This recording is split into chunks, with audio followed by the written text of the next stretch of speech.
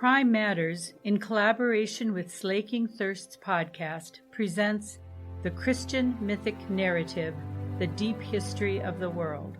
PrimeMatters.com is a groundbreaking project of educational outreach of the University of Mary, awakening the Catholic imaginative vision.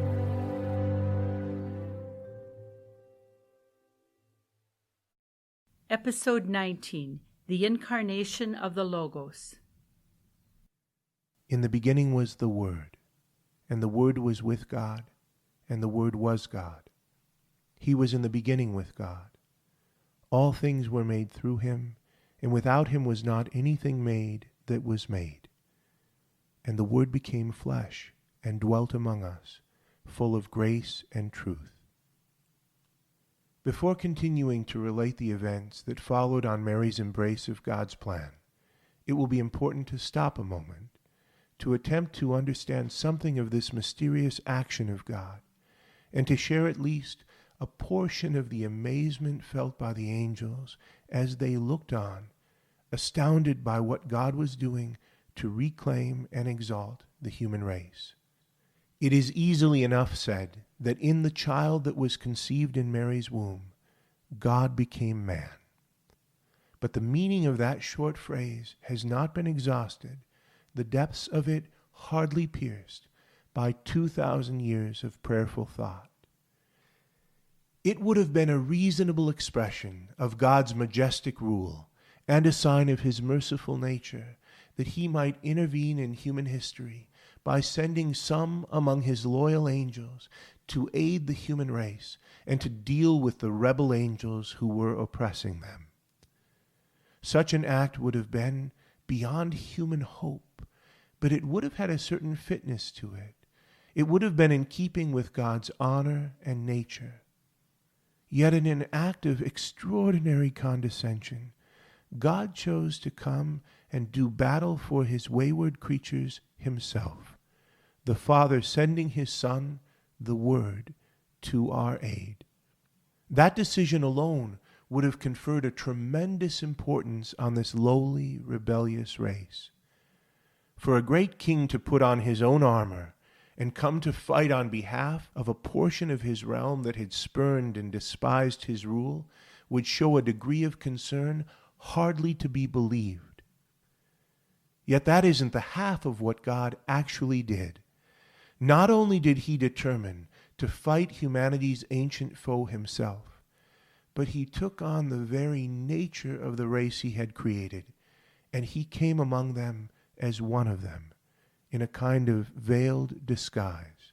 He who was the fountain of all existence took on the limitations of created human nature, even to the point of sharing in the consequences of sin's corruption.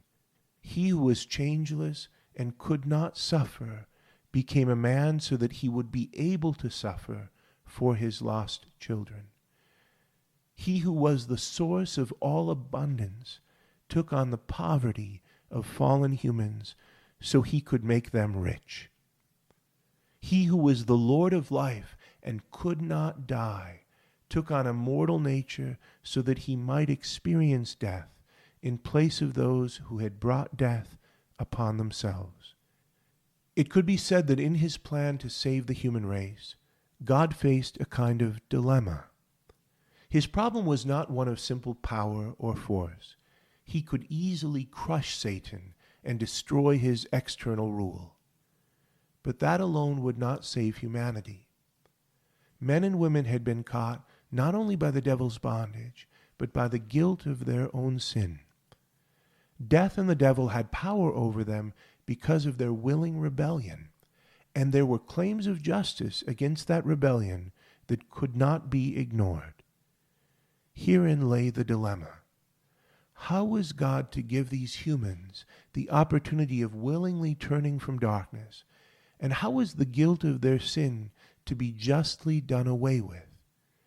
An invasion of force might compel obedience, but that would leave humanity in the posture of the demons, hating the one they were forced to obey, and facing the stern sentence that their behavior had merited. How was God to spark genuine love and faith among those who desired it without compelling their allegiance and destroying their gift of freedom? And how was their guilt to be removed? How were both mercy and justice to be rightly honored? Nothing less would serve the need.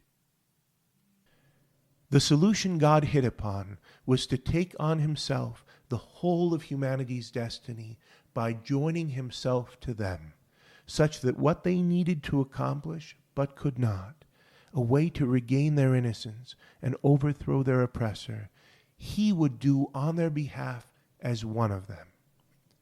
By this act, God forever changed the fortunes of humanity, drawing us into the very heart of the Trinity, and to use a traditional phrase, divinizing the human race.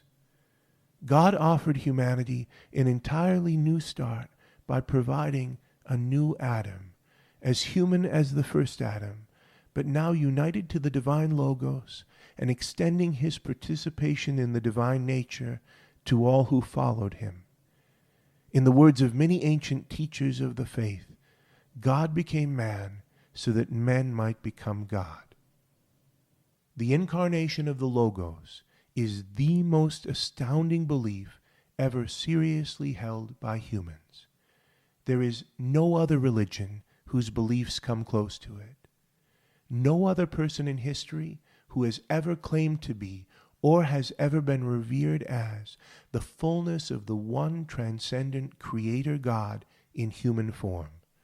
No news so riveting and momentous has ever come to the ears of humankind.